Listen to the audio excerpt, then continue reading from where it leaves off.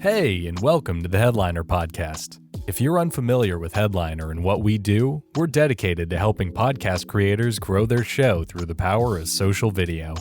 If you're looking for a quick and easy way to take a clip from your podcast and share it on social media in the form of a video, Headliner.app is the place for you.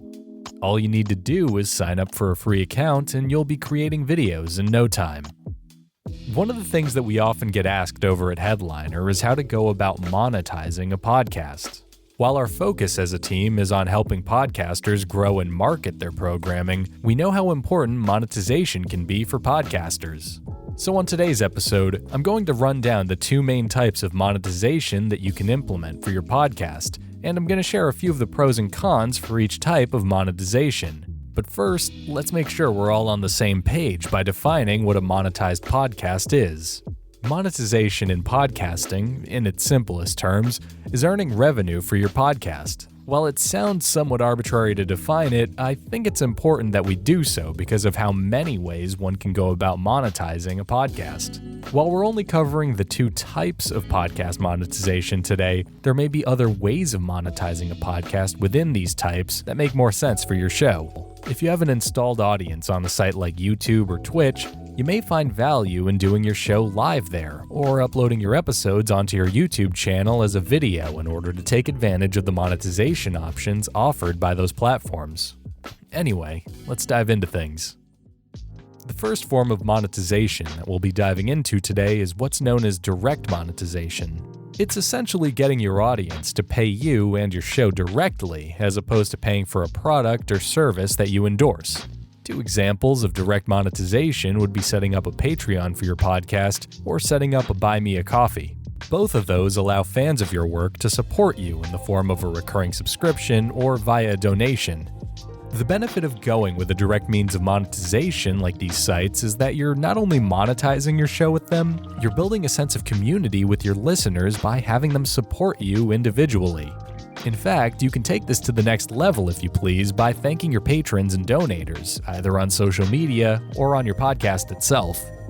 Another benefit to this is the fact that you control your monetization and whether or not it's available to you. In the case of more traditional forms of monetization in podcasting, whether or not your show will even be eligible for an income is dependent on whether or not you have the stats and downloads to make your show consistently marketable. But in the case of setting up a Patreon or Buy Me a Coffee, you'll be able to monetize your programming from day one. Now, that's not to say that these methods are perfect. One of the big drawbacks to creating a Patreon also happens to be what makes it enticing for listeners to subscribe to it in the first place. Patreon is set up to allow you to offer rewards to your subscribers depending on the tier of subscription that they've signed up for. What this ultimately means is that by setting up a Patreon, you'll be responsible for creating additional paywalled content for your paying listeners, on top of the free content that everyone else can access. As for what that paywalled content is, it can vary from show to show.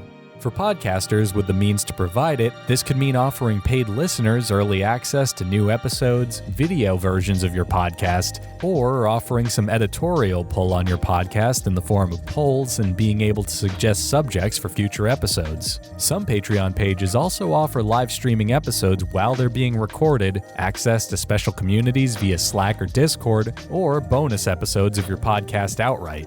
For podcasters looking to incorporate some direct monetization onto their show without adding to their content calendar, there are also options like Buy Me a Coffee, which are designed specifically for one-off donations. However, without the additional content being offered, you may see less engagement on those platforms.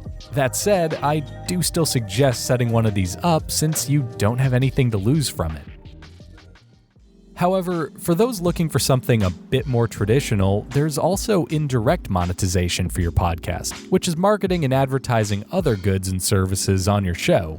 This could be as simple as having to take a break from your programming to do an ad read for Audible or Casper and offering a promo code to your listeners when trying their products out. Additionally, you could also set up something like an affiliate link to a product that would result in you getting a cut of the profits made off of it. Another form of indirect monetization could be using your podcast to leverage your own product or business. Whether it be an online course you've created, a paid consultation on the subject your podcast is about, or something else entirely, you can use your podcast itself to market your own revenue stream. Now, the benefit of going with an indirect means of monetizing your podcast is that you typically won't need to create additional content for your monetization. In the case of using a podcast to market an ebook that you wrote, there is additional content that's being offered, but it's also content that presumably existed already. After all, you aren't using your podcast as a reason to write an ebook, you're using it as a means to market and sell it. The other benefit to going with indirect monetization is that, based off of the terms that you've agreed to with any brands you're marketing, you're guaranteed a specific amount of money for your involvement. Now, this does go both ways in the sense that your show has to have an installed and engaged audience that would make a brand want to pay for an ad on your show, but if you manage to land an ad with a major company, you'll at least know that you're guaranteed some revenue for it. And while I love more community-driven monetization methods like Patreon or Buy Me a Coffee, setting an account up for either of those sites hardly means that you'll wake up a day later and see money waiting for you on either of those sites.